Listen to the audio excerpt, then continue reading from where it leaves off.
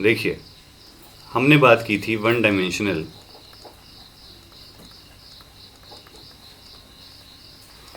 Maxwell Boltzmann distribution की। मतलब basically हमने मैक्सवेल बोल्ट्जमैन डिस्ट्रीब्यूशन की बात की थी। अब वन डायमेंशन में वो क्या आएगा, we have to find it out. हमें वही डिस्ट्रीब्यूशन किस में निकालना है, 1D में निकालना है। तो अगर मैं ऐसे मैक्सवेल बोल्ट्जमैन डिस्ट्रीब्यूशन की बात करूं 3D में, तो 3D में वो क्या आती है,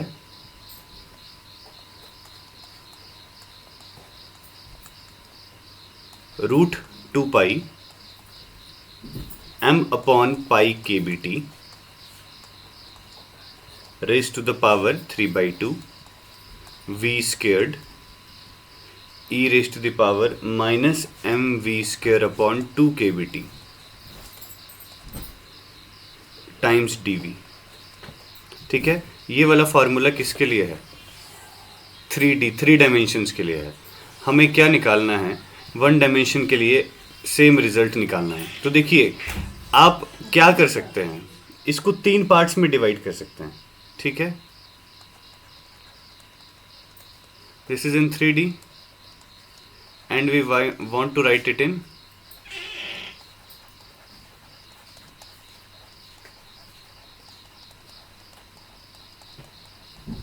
1D, एक सिंगल डायमेंशन में लिखना है। ठीक है, तो हम इसे क्या कर सकते हैं, अगर 1D में लिखने की कोशिश करें तो ये v जो है ये कंप्लीट वेक्टर है। सिंगल डायमेंशन के लिए हम क्या यूज करेंगे, vx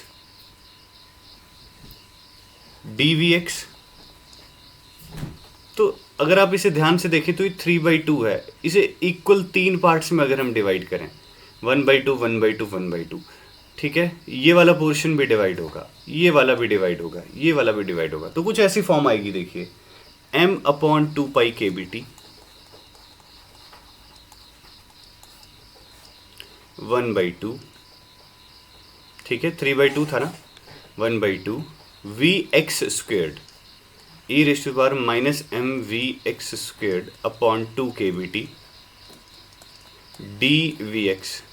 आपने देखा, ऐसा ही अगर डिस्ट्रीब्यूशन फंक्शन हमें लिखना होगा in terms of velocity y axis के लिए, तो आ जाएगा dvy m/2π/kBt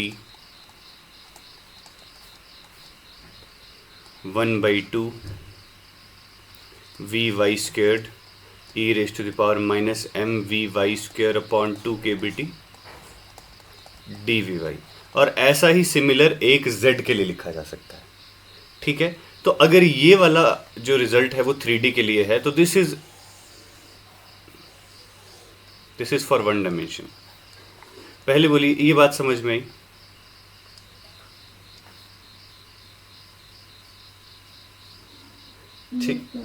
ठीक है, आ गई।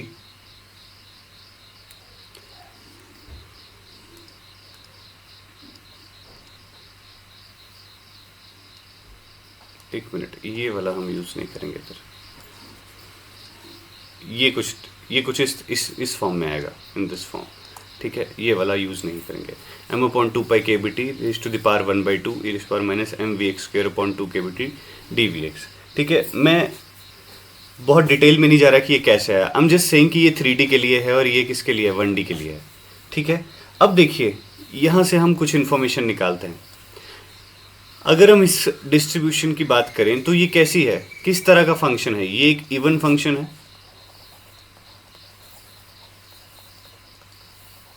Isn't it? क्योंकि इवन फंक्शन होता क्या है, जैसे मान लीजिए आप vx की जगह -vx से रिप्लेस करें, तो क्या इसमें कुछ बदलाव आएगा?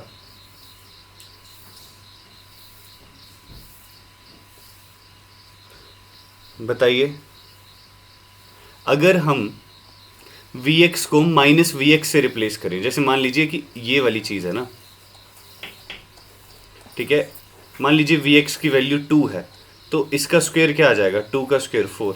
पर अगर हम इसे -vx से रिप्लेस करते हैं, जैसे मैंने -2 लिखा, तो -2 का स्क्वायर भी 4 नहीं आ जाएगा?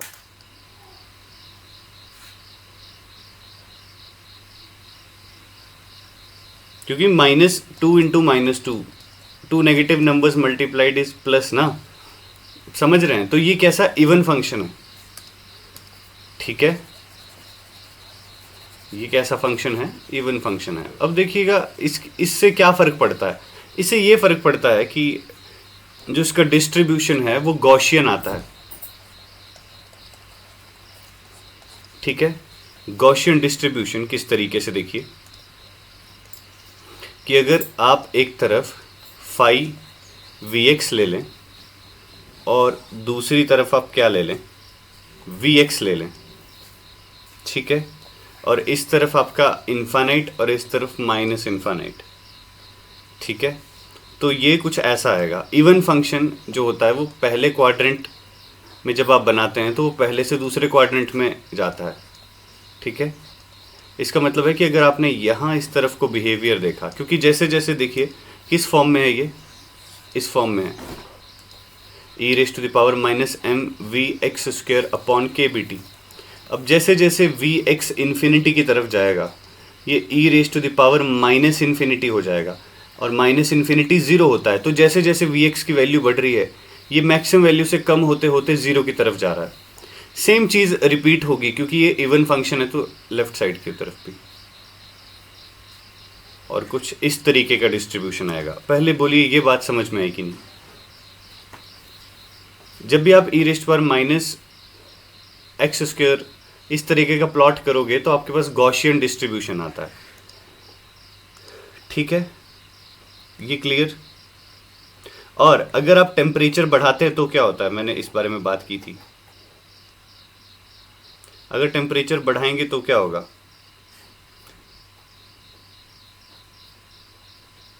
अगर आप टेम्परेचर बढ़ाते हैं तो ग्राफ फ्लैट हो जाएगा ना, बताया था ऐसा कुछ। जैसे कि मान लीजिए ये वाला जो है ये हाई टेम्परेचर, लेट से ये T1 टेम्परेचर पर था और ये T2 टेम्परेचर पर है, और अगर आप टेम्परेचर और ज़्यादा बढ़ा दें तो ग्राफ और फ्लैट हो जाएगा। तो लेट से कि हमने टेम्परेचर और ज़्यादा बढ़ा दिया तो this graph will get more and more flatter, ठीक है, ये और फ्लैट हो जाएगा।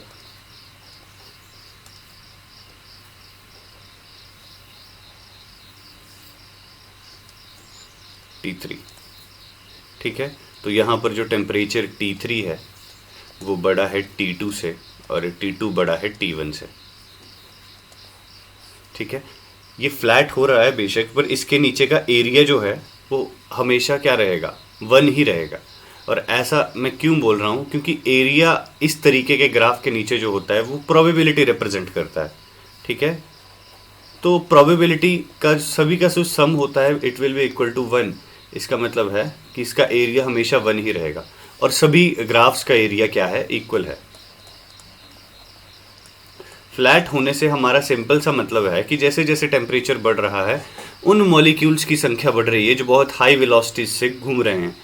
आप समझ रहे हैं, जैसे कि पहले यहाँ पर था ना मैक्सिमम मोस्ट प्रोबेबल वैल्यू तो डाउन जा रही है, पर यहाँ पर ग्राफ के फ्लैट होने से बहुत सारे मॉलिक्यूल्स ऐसे हैं जो तेज़ वेलोसिटीज से मूव करना शुरू करेंगे, and that is what happens when temperature is increased.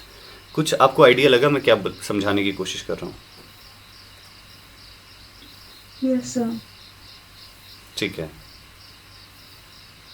अब देखिए अगर आपसे कोई बोले कि एवरेज वैल्यू निकालिए किसकी, Vx की, ठीक है, तो एवरेज वैल्यू ऑफ Vx कैसे निकाली जाएगी, ये डिस्ट्रीब्यूशन फंक्शन लिखा जाएगा। पहली बात -∞ से ∞ 5v ऑफ x, और v ऑफ x की आप एवरेज वैल्यू निकाल रहे हैं, ठीक है, एंड dvx, यही करते थे ना, जिसकी एवरेज वैल्यू निकालनी हो वो साथ में ये जो हमारी डेंसिटी है यही लेते थे ना, yes, है ना। अब देखिए ये जो वेलोसिटी है 1 डायमेंशन में ये ऑड है, मतलब नेगेटिव के लिए नेगेटिव होगी, पॉजिटिव के लिए पॉजिटिव, पर ये वाली जो चीज़ है ये इवन है, and odd multiplied by even ये ऑड होता है, और ऑड फंक्शन को जब आप सिमेट्रिक लिमिट्स के अंडर इंटीग्रेट करते हो तो वो जीरो आ जाता है। ठीक है, चाहे आप करके देख लीजिए। जैसे मान लीजिए आपने क्या लिया, साइन एक्स लिया, है ना, तो साइन ऑड है ना, तो ये 0 डिग्री है मान लीजिए, ये π/2 है और ये पाई है, और ये -π/2 और ये -π, इस तरीके से। तो साइन 0 पे 0 होता है,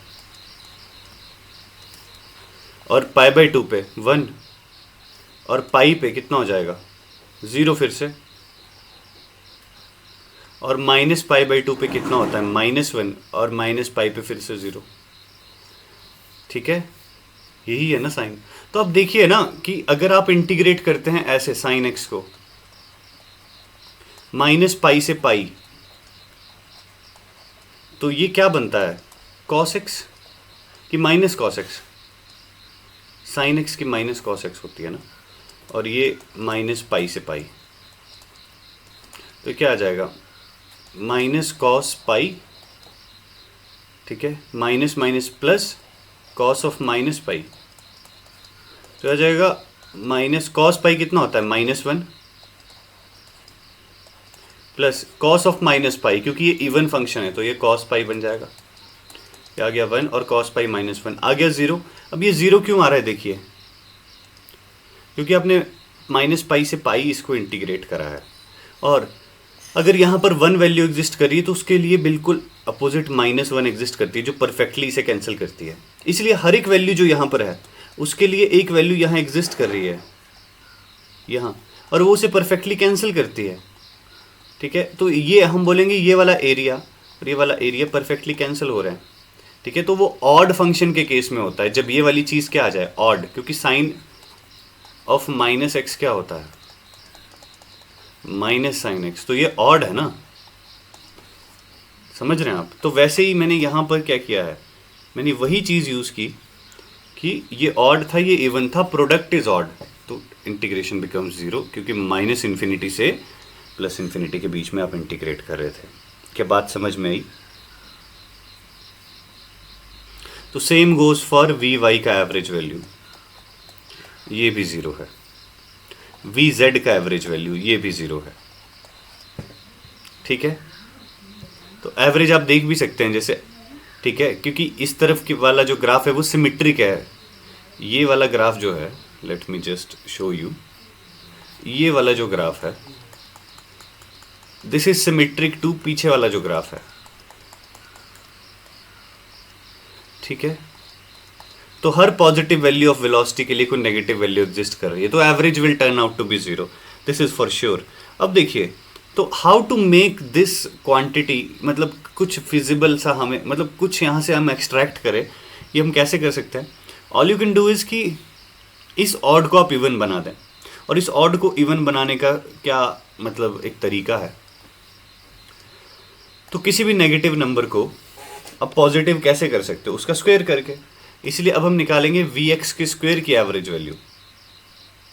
ठीक है, क्या आ जाएगा -∞ से ∞ vx² 5vx dvx। 5vx कितना है, m/2π kbt की पावर 1/2, यही था ना। आगे e⁻m vx का स्क्वायर अपॉन 2 kbt dvx। यहाँ कांस्टेंट है ये, बाकी बाहर ले जाइए इसे।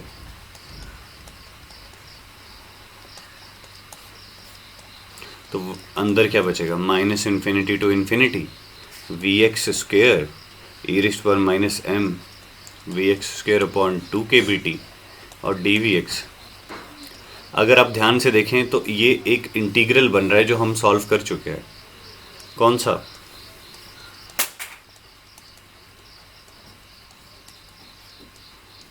ये क्या आता है इसका integration, 1/n gamma m plus 1/n upon alpha raise to the power m plus 1/n। याद आया? तो यहाँ पर m की वैल्यू 2 है, n की वैल्यू भी 2 है और अल्फा की वैल्यू कितनी है, m अपॉन 2 kBt। नहीं समझ रहे? कंपेयर किया ना ऊपर वाली को नीचे वाले इस रिजल्ट के साथ, समझे?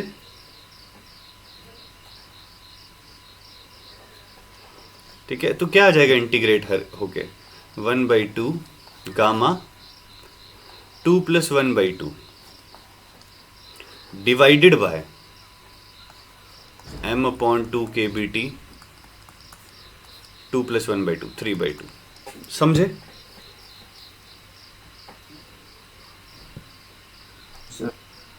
ओके तो ये क्या आ जाएगा, देखिए ये आ जाएगा m upon 2 pi kBt raise to the power 1/2।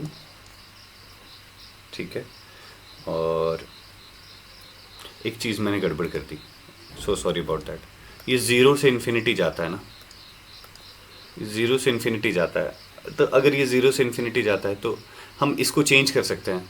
देखिए जब आप लिमिट को चेंज करते हैं ज़ीरो से इन्फिनिटी तो बाहर 2 लगाना पड़ता है, बस ये थोड़ी गड़बड़ होगी। ठीक है, बाकी ठीक है सारा, बाकी ठीक है सारा। तो यहाँ 2 आ जाएगा बस। ठीक है, ज़ीरो से इन्फिनिटी था ना फॉर्मूला में, तो माइनस इन्फिनिटी से इन्फिनिटी को जब आप ब्रेक करेंगे तो वो ज़ीरो से इन्फिनिटी में जब ब्रेक होगा तो 2 बाहर आ जाएगा, बस दैट्स इट। फिर यहाँ क्या आ गया, 1/2 gamma 3/2 m upon 2 kBt raise to the power 3/2। 2 से 2 काट दीजिए, m upon 2 pi kBt raise to the power 1/2। 3/2 gamma 3/2 को कैसे लिख सकते हैं हम, कैसे तोड़ेंगे इसे, 1/2 अंडर रूट पाई। ठीक है, ऐसे लिखते हैं ना, गामा 3/2 को 1/2 अंडर रूट पाई। गामा 5/2 होगा तो कैसे लिखेंगे, 3/2 1/2 अंडर रूट पाई। ठीक है, तो ये आ गया 1/2 अंडर द रूट पाई, और ये आ गया m अपॉन 2 kBt की पावर 3/2, है ना। अब देखो ये पाई की पावर 1/2 है, इधर भी पाई की पावर 1/2 है, तो ये आ गया m अपॉन 2 kBt की पावर 1/2, और ये है इधर 2 भी है ना साथ में, कि कट गया था, नहीं कटा है, 1/2, और ये m अपॉन 2 kBt की पावर 3/2। अब ऊपर जो है वो पावर 1/2 है, नीचे पावर 3/2 है, तो इसे कैसे लिख सकते हैं, 1/2 m अपॉन 2 kBt की पावर 3/2 माइनस 1/2। ये कितना आ जाएगा, 1 आ जाएगा, है ना। 1 नहीं आ जाएगा, 3 माइनस 1 2/2 1, 1/2 m और 2 kBt ऊपर, और 2 से 2 कट गया, कितना आ गया, बोलिए, समझ आया। तो ये एवरेज वैल्यू का स्क्वायर है, सॉरी Vx का स्क्वायर हमने निकाल दिया kBt/m। अगर कोई स्टेप ऐसा है जो क्लियर नहीं हुआ तो बोल सकते हैं।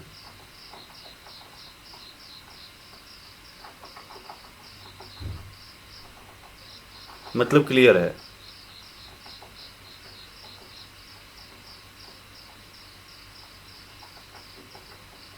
सर। ओके ओके ठीक है।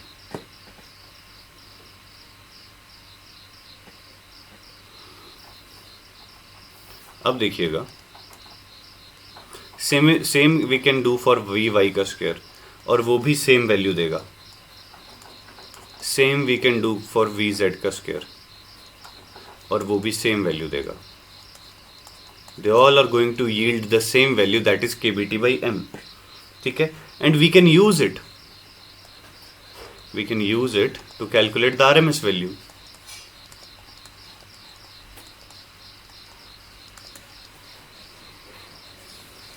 V X R M S, तो वो कैसे निकालेंगे? वी एक्स स्क्वायर की एवरेज वैल्यू का अंडर रूट ले लो, that is V X R M S, और वो कितना आ जाएगा? Under root K B T by M. ये आर एम एस वैल्यू निकल गई। तो अगर मैं बात करूं average value of V X क्या है, वी एक्स के स्क्वायर की एवरेज वैल्यू क्या है, और आर एम एस वैल्यू क्या है,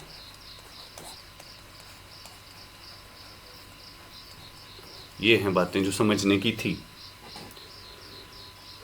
ठीक है।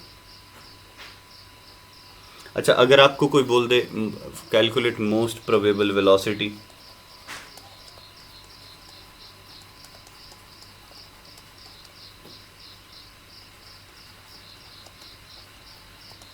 वो चीज़ कैसे निकालेंगे?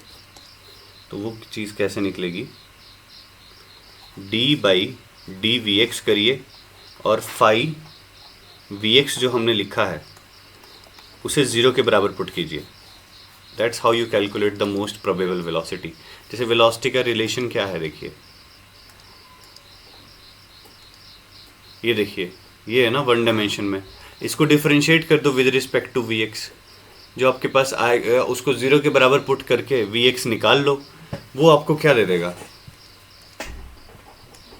मोस्ट प्रोबेबल वेलोसिटी दे देगा। ठीक है।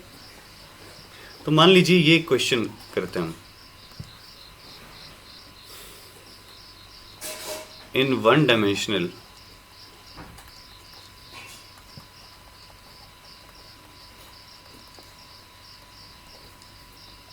Maxwell-Boltzmann distribution, in one-dimensional Maxwell-Boltzmann distribution, find the value of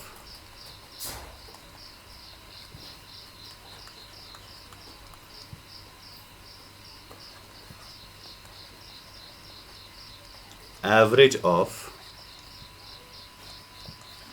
alpha Vx plus beta Vy minus gamma V Z पूरे का स्क्वायर। ये चीज़ हमें निकालनी है। तो अब देखिए एक चीज़ ध्यान दीजिए, ये क्या बन रहा है? a प्लस बी प्लस सी का क्यूब, सॉरी स्क्वायर, मतलब तीन चीज़ें हैं ना इसमें। इसको मतलब हम ओपन करेंगे भी ना तो इसमें कुछ स्क्वायर वाली टर्म्स आएंगी और कुछ में ये डायरेक्ट मल्टीप्लाई होंगी। जैसे आप क्या करते हो, ए प्लस बी का होल स्क्वायर होता है तो आप कैसे सॉल्व करते हैं? A square plus B square plus 2ab। ठीक है। तो मैं एक सिंपल सा एग्जांपल लेता हूँ कि मान लीजिए हमारे पास होता 2vx प्लस vy का पूरे का स्क्वायर। अभी सुन लीजिएगा ध्यान से, और अब इसकी एवरेज वैल्यू निकालने को बोला जा रहा है। तो आप पहले स्क्वायर ओपन करते हैं ना, A square plus B square plus 2ab, यही करते हैं। और फिर आपकी एवरेज वैल्यू जो आती इसकी, वो क्या आती?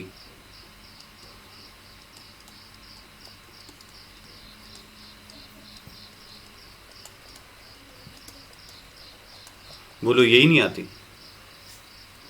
और हमारे पास ये टर्म बचती, ये बचती, क्या ये ज़ीरो नहीं हो जाती? क्योंकि ये ज़ीरो है, ये भी ज़ीरो है, तो you'd be left only with this। ऐसा होता कि नहीं होता? तो इसमें भी जब आप स्क्वायर करोगे, सुन रहे हो, जब आप इसमें भी स्क्वायर करोगे तो सिर्फ वो टर्म्स बचेंगी जिसमें इसका स्क्वायर हुआ, इसका स्क्वायर हुआ, इसका स्क्वायर हुआ, बाकी सबका क्या हो जाएगा? Average value zero. तो अगर हम इसका एवरेज वैल्यू निकालने की कोशिश कर रहे हैं ना, तो alpha square V X square इसका average value plus beta square V Y का square plus gamma square V Z का स्क्वायर, ये तीन टर्म्स बचेंगी, बाकी सब कुछ ज़ीरो हो जाएगा। आप चाहें तो इसको ए मान लें, इसे बी मान लें और ओपन कर लें, वो भी कोई दिक्कत नहीं है। ठीक है। ए माइनस बी का होल स्क्वायर ऐसे ओपन कर लें, कोई दिक्कत नहीं है, बचेगी यही, चाहे करके देख लें। तो क्या बचेगा? के बी टी बाई एम, यहां भी K B T by M, यहाँ भी K B T by M, K B T by M common ले लीजिए, alpha square plus beta square plus gamma square, you will be left with this only. बोलिए average value कैसे निकली, पता चला?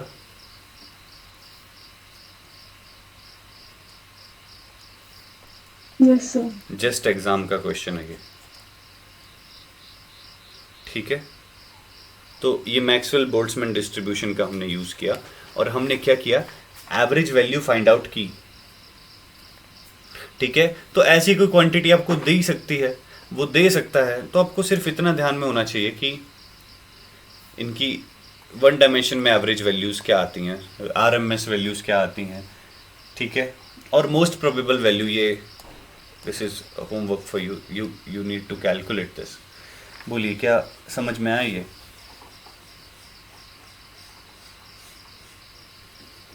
ठीक है। अब एक और चीज,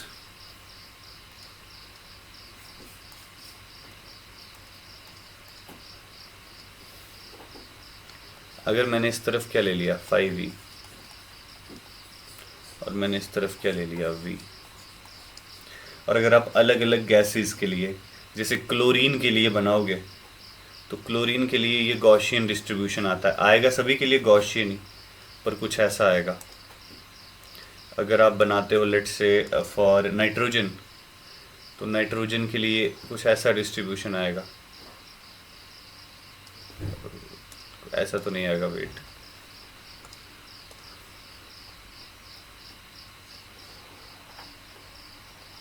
कुछ ऐसा डिस्ट्रीब्यूशन आएगा नाइट्रोजन के लिए। अगर आप हाइड्रोजन के लिए बनाओगे,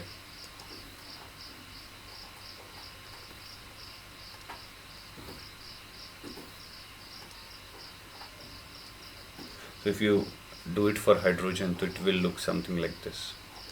So this is for hydrogen and this one's for nitrogen and this one is for chlorine, और ये सेम टेम्परेचर पर बनाया गया है 273 केल्विन। तो आप देख रहे हैं कि जैसे जैसे जो मॉलिक्यूलर मास है, क्योंकि सबसे ज़्यादा भारी कौन है, हाइड्रोजन, नाइट्रोजन और क्लोरीन में से क्लोरीन है, क्लोरीन ही है ना। एटॉमिक नंबर कितना होता है 17, नाइट्रोजन का 7 और हाइड्रोजन का 1। तो मॉलिक्यूलर मास अगर हम m की बात करें तो ये सबसे भारी है, ये उससे हल्का है, ये उससे हल्का है। तो जैसे जैसे मॉलिक्यूलर मास बढ़ रहा है वैसे वैसे जिस वेलोसिटी को मैक्सिमम पार्टिकल शो कर रहे हैं, मतलब मोस्ट प्रोबेबल, वो कम होती जा रही है ना। देखो अगर ये 0 से शुरू किया तो मोस्ट प्रोबेबल इसके वाली कम है, इसके वाली ज़्यादा है, इसके वाली ज़्यादा है, बिकॉज इस तरफ को इन्फिनिटी है ना। आप समझे मेरी बात? तो बोलने का मतलब है कि मोस्ट प्रोबेबल वेलोसिटी ऐसी तो दी जाती है 2 kBT/m, ठीक है। और ये जो kB/m है, अगर आप इसे रिप्लेस करें तो हम इसे ऐसे भी लिख सकते हैं 2RT/, ये मॉलिक्यूलर मास है। ध्यान रखिए ये मॉलिक्यूल, एक मॉलिक्यूल का मास है, मास ऑफ वन मॉलिक्यूल, और ये क्या है, मॉलिक्यूलर मास, ठीक है। तो मोस्ट प्रोबेबल वेलोसिटी है, मॉलिक्यूल के मास के भी साथ आप रिलेट कर सकते हैं कि क्लोरीन का मॉलिक्यूल भारी होगा, बड़ा है, तो वैसे मोस्ट प्रोबेबल वेलोसिटी घट रही है, तो √m के साथ रिलेशन है, ठीक है। तो मोस्ट प्रोबेबल वेलोसिटी जो है वो किसकी सबसे ज़्यादा होगी, हाइड्रोजन की, फिर नाइट्रोजन की, फिर क्लोरीन की। क्लोरीन की सबसे कम है ना। रीज़न बीइंग इज कि जो जितना हल्का है वो उतना ही तेज भागता है, ठीक है। बोलिए समझ में आ गया आपको?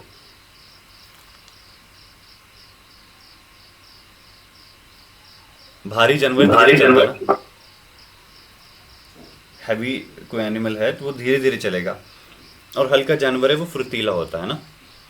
तो यहाँ पर मैक्सवेल बोल्ट्जमैन डिस्ट्रीब्यूशन का वाला पोर्शन जो है मतलब ख़त्म हुआ। इस पे हम क्वेश्चंस करेंगे नेक्स्ट लेक्चर में।